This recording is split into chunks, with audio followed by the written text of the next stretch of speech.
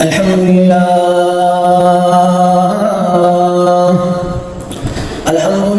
نحمده ونستعينه ونستغفره ونؤمن به ونتوكل عليه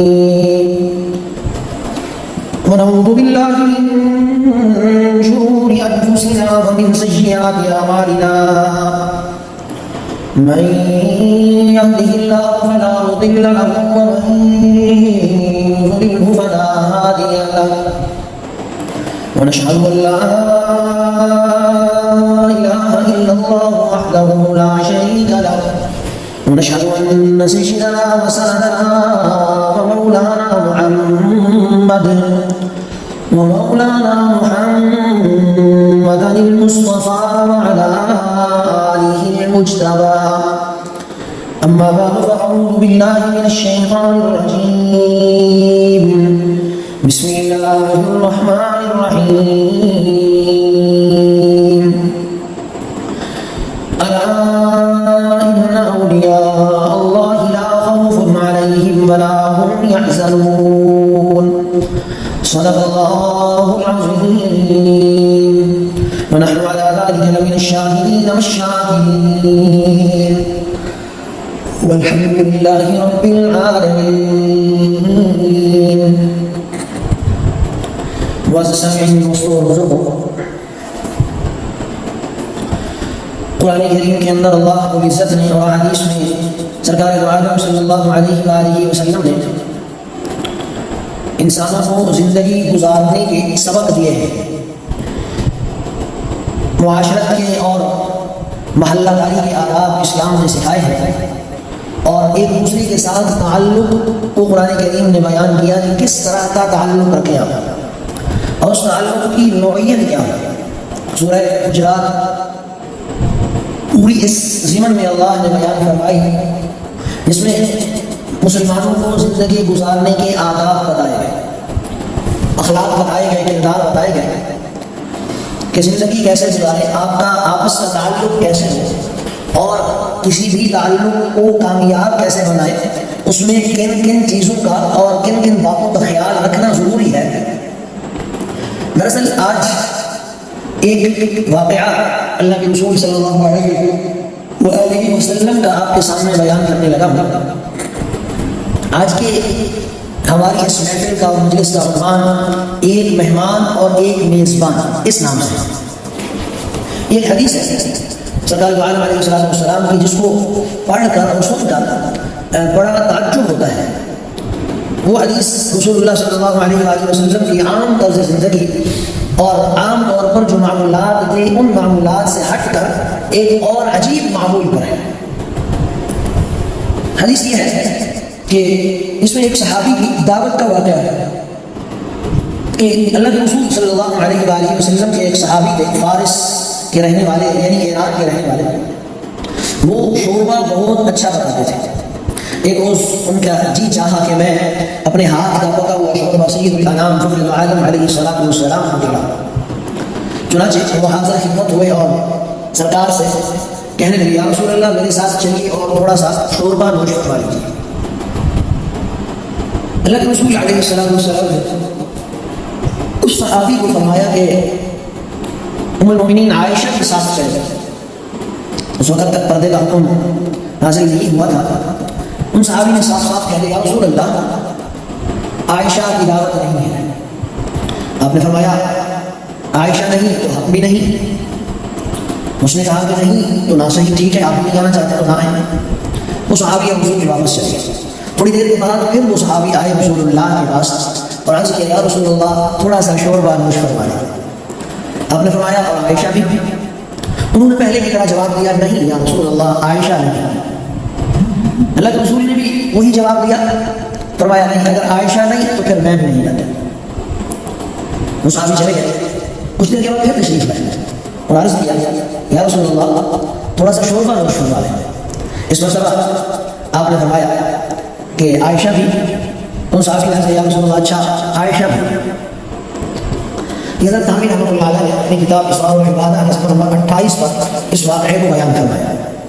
یہ بڑا عجیب واقعہ ہے، بڑا تعجب والا واقعہ ہے، اور کئی ذہن کے اندر سوال ابھرتے ہیں، اور ان سوالوں کے کئی اہم جوابات ہیں جو ہماری روزمرہ کی زندگی میں کام آنے والے ہیں۔ اللہ کے رسول کی اس میں ایک پوائنٹ یہ دھیان رکھیں، نمبر 1، اللہ کے رسول کی عام عادت تو یہ تھی کہ رسول اللہ مسلمانوں کی ہر دعوت کو قبول فرماتے تھے، اور آپ نے مسلمانوں کو تعلیم بھی دی تھی کہ اگر دعوت اخلاص اور محبت کے ساتھ ساتھ کسی شرعی رکاوٹ کے بغیر دی جائے تو قبول کر لینی چاہیے، یہ طرز عمل تھا۔ اس واقعے میں آپ نے اس دعوت کو قبول کرنے میں ام المومنین عائشہ کو ساتھ لے جانے کی شرط عائد کی، اور یہ بھی ظاہر تھا کہ صحابی رسول محبت و اخلاص کے ساتھ دعوت دے رہے تھے۔ اگرچہ اس میں کوئی مظاہرہ نہیں کہ ایک شخص ہماری دعوت کرے اور ہم اس دعوت کے قبول کرنے میں اس کے ساتھ شرط لگا ہے، اس طرح دعوت دینے والے کو بھی پورا اختیار ہے کہ وہ شرط کو قبول کرے یا انکار کر دے۔ اس واقعے سے جو رسول اللہ صلی اللہ علیہ وآلہ وسلم کا اور اس فارس کے رہنے والے صحابی کا واقعہ ہے، اس میں دونوں صورتوں کا شرعاً جائز ہونا ثابت ہے، لیکن یہ واقعہ اللہ کے رسول کی عام عادت کے خلاف تھا۔ اس لیے جب میں نے اس حدیث کو پڑھا یا کہ آپ کے سامنے اس کو بیان کیا تو بڑا تعجب ہوا۔ دوسری اہم بات اس حدیث میں یہ بات بھی یاد رکھیں کہ ان صحابی کا ارادہ صرف رسول اللہ کی دعوت کا تھا، ام المومنین عائشہ کی دعوت کا مقصد نہیں تھا، لیکن رسول اللہ صلی اللہ علیہ وسلم کے شرط کے بعد اپنے ارادے میں تبدیلی کر سکتے تھے۔ ٹھیک ہے اللہ کے رسول اگر آپ فرما رہے ہیں تو پھر ام المومنین کو بھی ساتھ لے چلتے ہیں، لیکن انہوں نے ایسا نہیں کیا بلکہ واپس چلے گئے۔ یہ بھی بڑی عجیب تعجب والی بات ہے۔ تو اس واقعے کو پڑھتے ہوئے یہ دوسرا تعجب ہے۔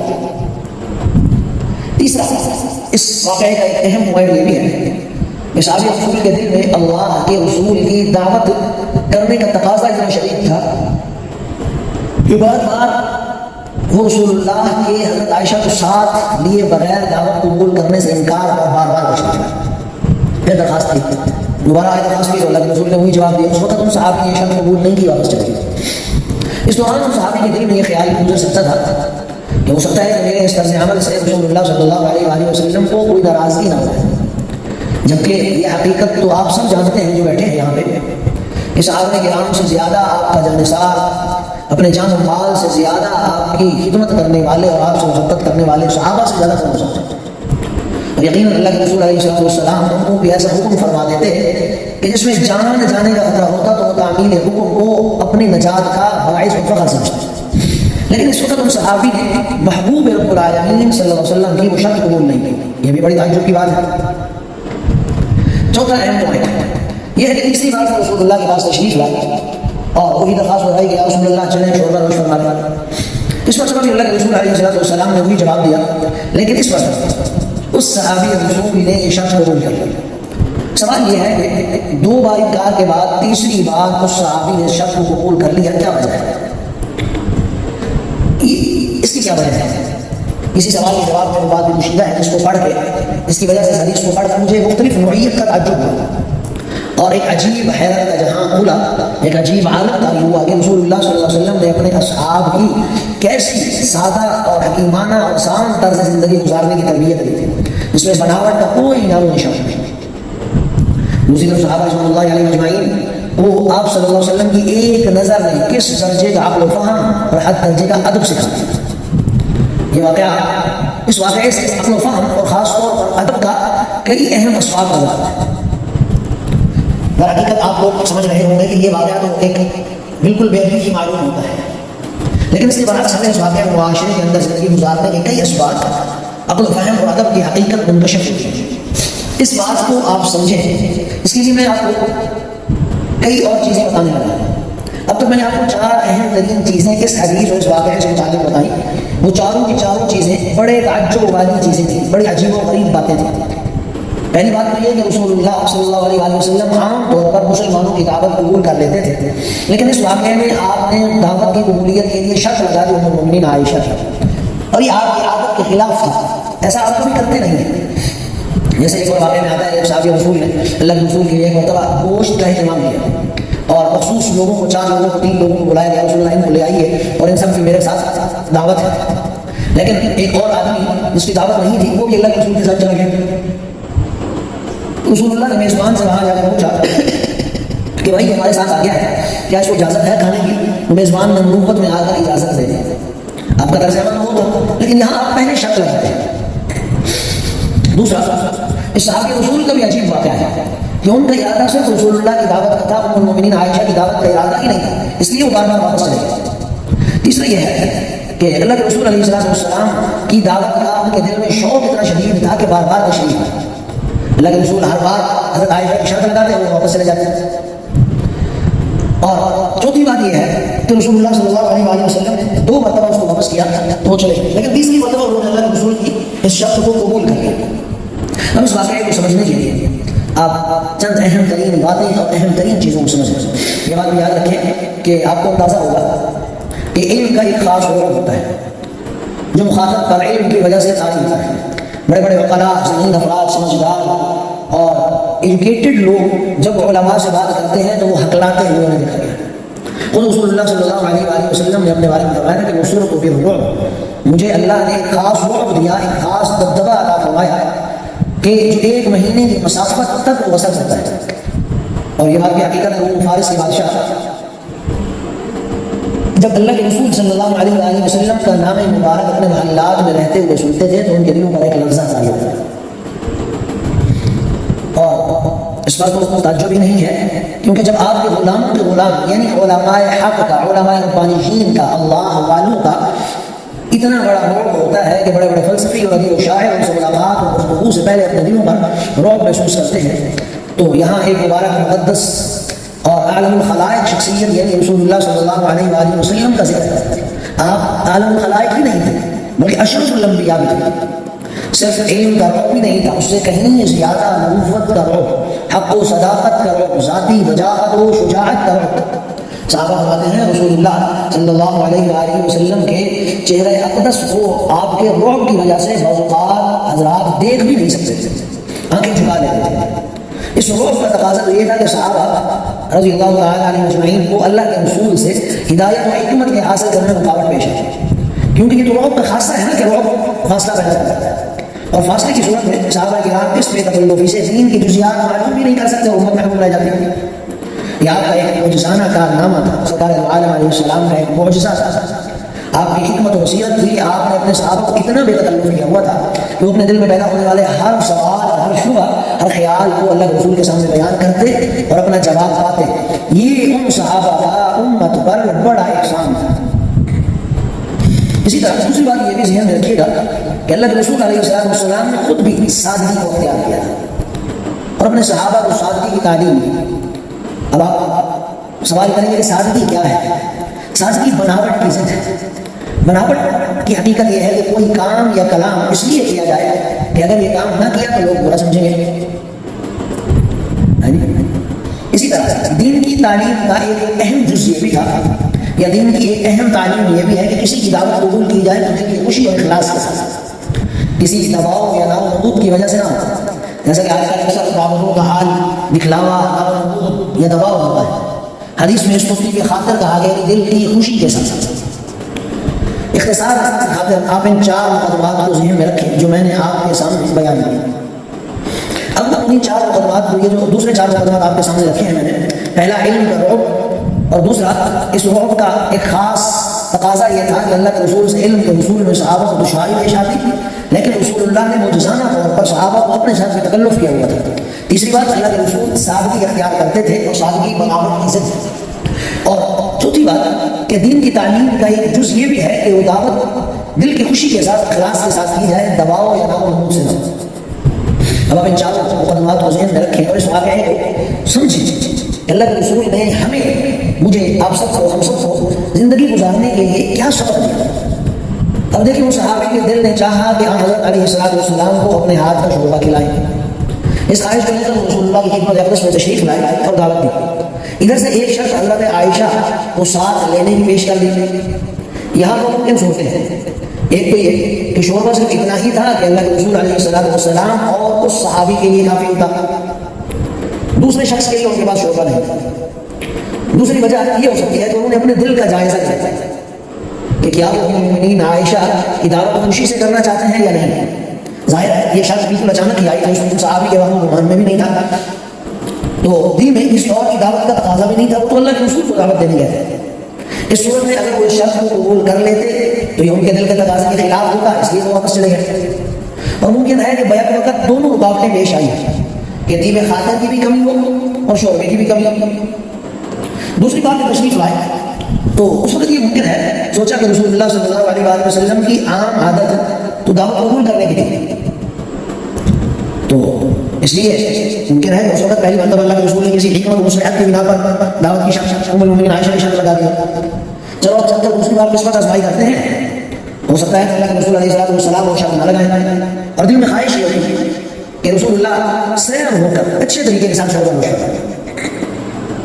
اس مرتبہ بھی جب وہی پہلے کی طرح جواب ملا تو یہ واپس آ گیا اور سوچا کہ خود اللہ کے رسول ہی نہیں چاہتے کہ وہ شعبہ سیر ہو کر نوش فرمائے، اس لیے اپنی خواہش کو چھوڑ کر بطیب خاطر حضرت عائشہ کی دعوت کو منظور کر لیا، بلکہ اس مرتبہ زیادہ خوش ہوئے ہوں کہ صحابی رسول کہ رسول اللہ کے ساتھ ساتھ مومنین کی ماں ام المؤمنین کی مہمانی کا شرف بھی انہیں نصیب ہوا۔ ممکن ہے کہ یہاں رسول اللہ صلی اللہ علیہ وسلم کے بارے میں اور ان صحابی کے بارے میں یہ جو میں نے دلائل بیان کیا اس واقعے کو آپ کے سامنے تجزیہ کر کے ایک زندگی گزارنے کا ڈھنگ بیان کیا تو یہ بڑا بظاہر بڑا عجیب واقعہ لگتا ہے، بظاہر یہ سمجھ میں نہیں آتا کہ اللہ کے رسول کے ساتھ صحابی کا یہ واقعہ ہو سکتا ہے اس طرح کا۔ یہاں صحابہ کرام رضوان اللہ تعالیٰ علیہ اجمعین میں سے کسی ایک فرد کے بارے میں یہ گمان نہیں کیا جا سکتا کہ وہ رسول اللہ سے اپنی جان سے زیادہ محبت نہ، کسی صحابی کے بارے میں سوچا ہی نہیں جا سکتا کہ وہ رسول اللہ کے حکم کی خلاف ورزی کرے۔ کسی صحابی کے بارے میں یہ گمان بھی نہیں کیا جا سکتا کہ وہ اپنے ذاتی سبب یا مفاد کے لیے رسول اللہ کی ناراضگی کو قبول کرے۔ یہ بھی ممکن نہیں ہے کہ کوئی صحابی باوجود بے تکلفی کے آپ کے سامنے یا بعد آپ کی ادنا سے ادنا بیان کرنے کا خیال بھی نہیں ہے۔ ہمیں اس واقعے سے ان صحابی کے دو مرتبہ شخص کو منظور کر کے واپس ہو جانے میں بے ادبی کا گمان اس لیے ہوا کہ ہم ادب کی حقیقت سے ہی واقف نہیں ہیں۔